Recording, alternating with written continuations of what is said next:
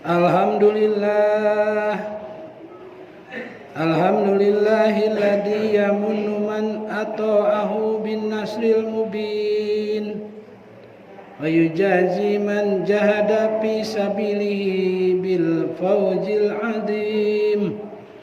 Ashhadu an la ilaha illallah wahdahu la syarika lah wa ashhadu anna Muhammadan abduhu wa rasuluh. Allahumma salli wa sallim ala sayyidina Muhammadin wa ala alihi wa ashabihi ajma'in. Amma ba'd, fa ya ayyuhal hadiruna rahimakumullah, usikum wa iyaya bitaqwallah. Ittaqullah haqqa tuqatihi wa'lamu bi syari'atihi la'allakum tuflihun. A'udzu billahi minasy syaithanir rajim. Bismillahirrahmanirrahim. Inna awwala baitin wudi'a lin-nasi lalladzi bi Bakkata mubarakan wa hudan lil alamin. Fihi ayatun bayyinatun maqamu Ibrahim wa man dakhalahu kana amina. Walillahi 'alan nasi hijjul baiti man istata'a ilaihi sabila.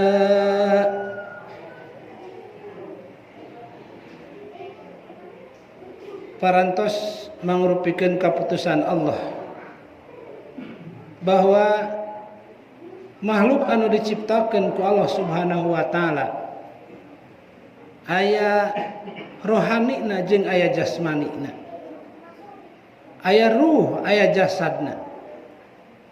Maka aya dua perkara kudu ngahiji sauyunan, sabab lamun salah sahijina ruksak maka bakal ngaruksak ka anu hijina deui.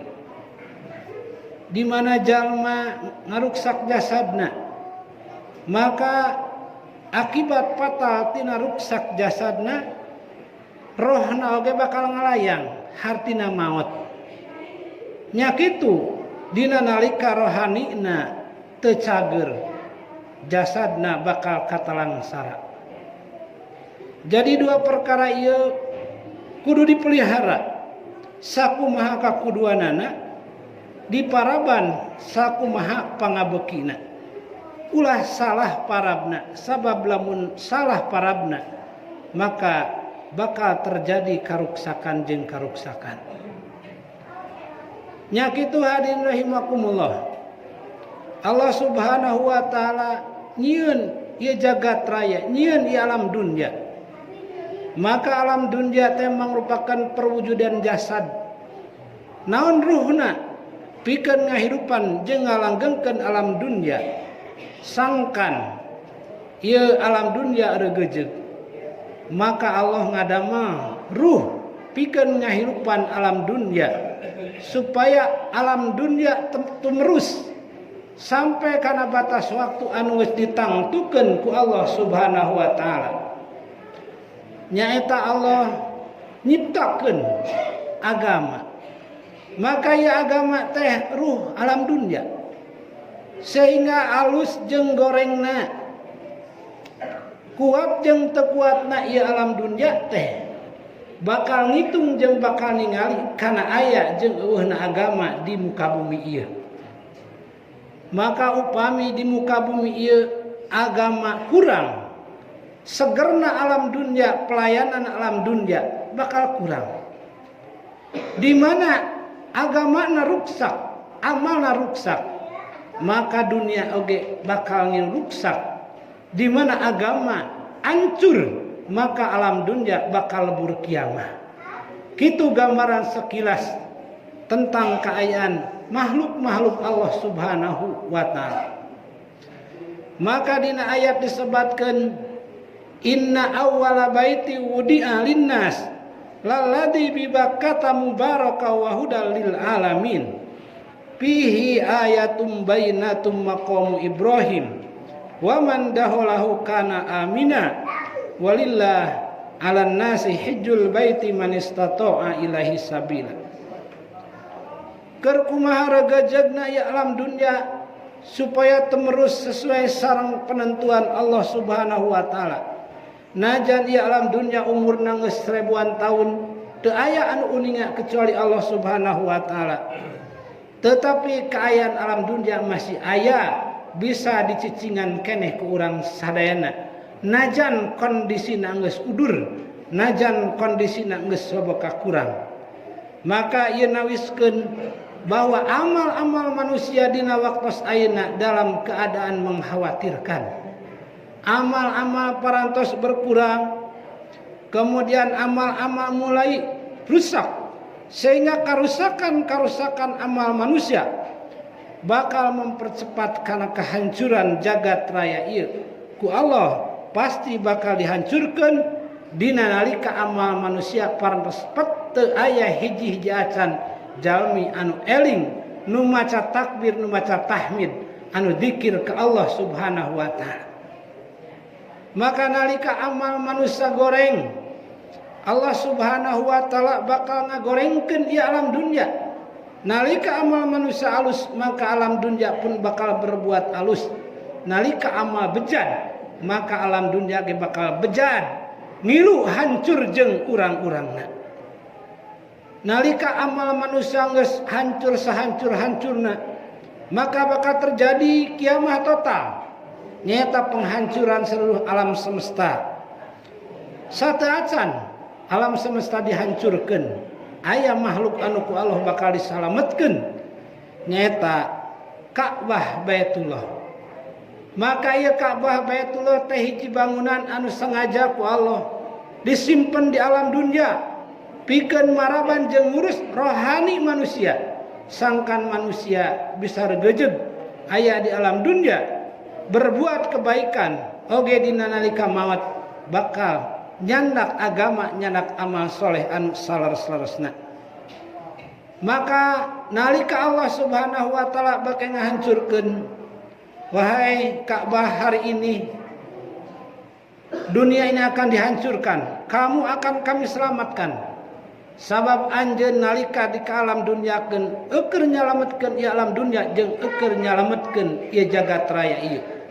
Ayeuna amal manusia geus ruksak, maka kami rek ngahancurkeun sahancur-hancurna. Anjeun bakal diangkat ku kami kana katetepan kami disimpen dina hojana. Sehingga eta Ka'bah nyarioskeun, ya Allah, abdi ngaraos bingah disalametkeun ku anjeun di antara sapaihna makhluk. Tetapi abdi ngahoyongkeun deui ulah abdi wungkul anu disalametkeun teh, tapi tatangga abdi ge hoyong disalametkeun sasarengan sareng abdi. Saha cenah saur Allah teh tatangga anjeun, wahai Ka'bah, tatangga abdi sakumaha anjeun uninga nyaeta seluruh masjid-masjid aya nu aya di seluruh alam eta teh tatangga abdi. Saur Allah heug asa eta masjid teh sarua jeung anjeun dina amalanana. Tapi lamun di masjid eta amalanna teu sarua jeung di Mekah, teu sarua jeung di Madinah sakumaha nu diajarkeun ku Rasulullah, maka sanajan masjid ku kami bakal dihancur leburkeun. Maka masjid oge ditanya, wahai masjid, atas dasar rekomendasi Ka'bah Baitullah anjeun bakal disalametkeun. Sabab anjeun termasuk masjid anu diramekeun, masjid anu diurus ku manusia, sehingga anjeun boga hak pikeun kasalametan asbab rekomendasi usulan ti Ka'bah Baitullah. Maka masjid ngarasa bungah panalika rek disalametkeun tina kahancuran kiamat. Tetapi ya Allah, abdi oge hoyong tatangga abdi disalametkeun tina bancang pakeuhna kiamat. Saha ceuk Allah teh tatangga anjeun. Maka tatangga abdi teh sakumaha anjeun uninga jalmi-jalmi anu selalu keluar masuk masjid dina sapoe sapeuting. Maka hadirin rahimakumullah, jalmi-jalmi anu jadi tatangga masjid lain pedah deket imahna atanapi jauh imahna, tetapi anu disebut tatangga masjid teh jalmi-jalmi anu aya di sakurilingan masjid 40 ka belakang 40 ka depan ka samping kiri 40 oge ka samping kanan 40 maka eta calon-calon tatangga tataka masjid. Hartina hadirin rahimakumullah nalika masjid diramekeun ku tatangga-tatanggana lantaran boga karep hayang disalamatkeun tina bancang pekuhna kiamah. Padahal masjid boga kasanggupan lain hungkul nyalametkeun manusia dina nalika kiamah, tetapi sanggup eta masjid teh keur jalma anu ngeusianana nyaeta mere rahmat atas izin Allah oge mere kaberkahan oge Allah Subhanahu wa taala ngalangkungan masjid nyaeta bakal mere kebahagiaan dunia akhirat. Masjid bakal sanggup memecah jeung ngajaga tina fitnah-fitnah boh fitnah dunia atau fitnah akhirat, fitnah gawe, fitnah kabeungharan, fitnah kamiskinan, fitnah ilmu, fitnah ekonomi, bahkan fitnah anu paling pohara nyata fitnah dajjal. Maka jalmi anu jadi tatangga-tatangga masjid jeung konsekuen kana jadi tatanggana ku cara ngeusian salami 24 jam sok sanajan teu sadayana ungkul dina waktu-waktu salat anu 5 waktu ditambah ku waktu-waktu anu sieun upami aya luangna, maka masjid sanggup mere keamanan janji Allah dina Al-Qur'an waman dakhalahu kana amina, barang siapa yang masuk Baitullah masuk masjid maka dia akan mendapatkan keamanan.